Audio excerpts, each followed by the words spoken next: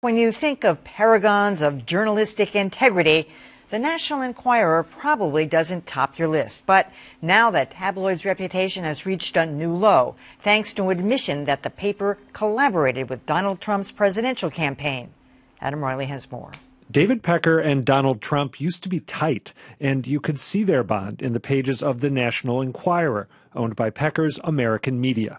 Tabloid frequently attacked Trump's opponents, often with unverified or specious headlines. And the Enquirer worked with the Trump campaign to bury Playboy model Karen McDougal's allegation of an affair before the election, something Pecker now admits. The publisher of the National Enquirer flipping, helping prosecutors, and admitting to paying hush money to help Donald Trump win. According to court filings, a plan hatched by Pecker, then Trump lawyer Michael Cohen, and at least one other member of the campaign ultimately secured McDougal's silence for $150,000. Multiple reports say that other person was the president. Breaking news, a source familiar with the matter says that Donald Trump was part of an August 2015 meeting with National Enquirer publisher David Pecker. By cooperating, Pecker will avoid prosecution. He's also promised to remedy the error of his journalistic ways. They've agreed to be basically more ethical in the future. Which shouldn't be hard, given how unethical they've been. Well, I mean, what's interesting about this is that the Wall Street Journal and other publications had this story before the election, and it was one of those instances that we've talked about on this show many, many times where it didn't matter. It didn't seem to matter to the electorate then. I doubt that much that it's going to matter in the future unless something dramatic takes place in the next couple of months, which not only connects the president to this, but brings him, along with Michael Cohen and others, to some kind of legalistic fruition, legal fruition. You know, I think what's different now is the Southern District of New York. Good for them. They're going after the aptly named David Pecker and the National Enquirer for this, what they deem as an illegal campaign contribution. Catch and kill is now an illegal campaign contribution. What's interesting to me is how fast Michael Cohen and David Pecker threw Donald Trump under the bus. And as Deep Throat once said, let's follow the money, see where this goes. That's what the next chapter is, and that's what I'm waiting for. Well, certainly President Trump has been identified as participating in these discussions, and we'll see how that plays out.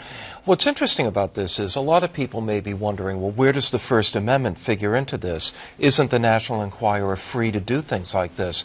Well, they're free to go into the tank for Donald Trump if they want. They're free to embarrass themselves every day with ridiculous Trump coverage and ridiculous Hillary Clinton coverage. But you're not free to participate in illegal campaign finance schemes as part of that. And that's what we're learning now. And it just feels like it's a revelation a day. So, you know, who knows where this is going next. I thought it was interesting that they are pledging to be more ethical in the future.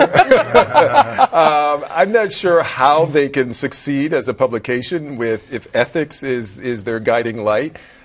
So, you know, that sounds to me like, you know, the case of someone who now has been caught in something that's illegal, and now you have to sort of come out and say something right. I've never thought of them, and I've said this before, you know, sitting in this seat, I've never thought of them as a serious news publication. But they broke stories before. Yeah, they broke the John Edwards story. And I was going there next. Affairs have been their bread and butter. It is what they've done, and they have been right on the money with a lot of different stories. The difference is oftentimes they have to pay money in order to get those stories. But I do agree with Dan. I mean, what makes it different is that there are laws, and you can't break those laws, and if you do, you will be in trouble for it, right? So we can dismiss anything else that they do, but once you start, you know, crossing that line, which, you know, it appears that they have done in this case, then I'm glad that you know, prosecutors have sort of rectified the situation and they're coming clean. Well, as we know, he had done an excellent job of letting everybody know that all the newspapers were not to be trusted. For that matter, all media. The president, or then the candidate, Donald Trump. So with that in mind, Wall Street Journal comes out with a piece, which you would have thought would have gotten a little bit more attention. New York Times comes out with a piece saying something. Everybody's like, that's just what he said they would do, right? So lots of folks looked at the National Enquirer's reporting as, see, that's exactly what really is happening, and these other people are trying to take the guy down as they continue to do so as he is president. What I think for me would be interesting is if David Pecker, beyond having reported behind closed doors, now becomes an attack item of President Trump. Because then I'm curious to know, how that back and forth will go. I think it's fascinating he hasn't taken him down the path of he was a moronic, low-level, I hardly knew him kind of guy yet. That may be coming because he has backed off any Trump coverage really at all in the last year because of this. Right. But see, Dan, I don't understand why David Pecker gets a pass, even if he cooperated with the investigation on this. Why? I mean, he made an illegal campaign contribution of $150,000. I don't know why he gets a pass either. I mean, why did Michael cooperated, right? Yeah. Well, yeah, but Michael Cohen cooperated. Well, I guess there were limits to his cooperation, and he angered prosecutors over that.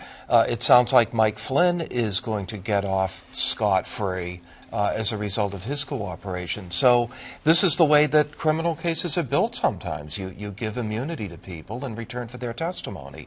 But it does seem like that's quite a pass that David Pecker And I'm sure they came for him. He didn't come running to them and saying, hey, I've got... Oh, yes. I think you can be sure of that. But what I was thinking is we don't know the whole story. So it may be that this case, why they were able to give him a pass, is because he has more information about a lot of other things that they'd like to get their hands on. Oftentimes, that's what it is, right? You give someone a little bit, so they'll give you even more. And I don't think we've heard the end of this story. Yeah, but presumably so did Michael Cohen. And remember, Mueller stepped out and said, I don't think I'm saying. So, and now he said, post being assigned to jail for 3 years, hey, there's a lot they know. Right. But Mueller is the one that said, I don't think you should go to jail, and everybody else said, sorry, Mueller, he needs to go.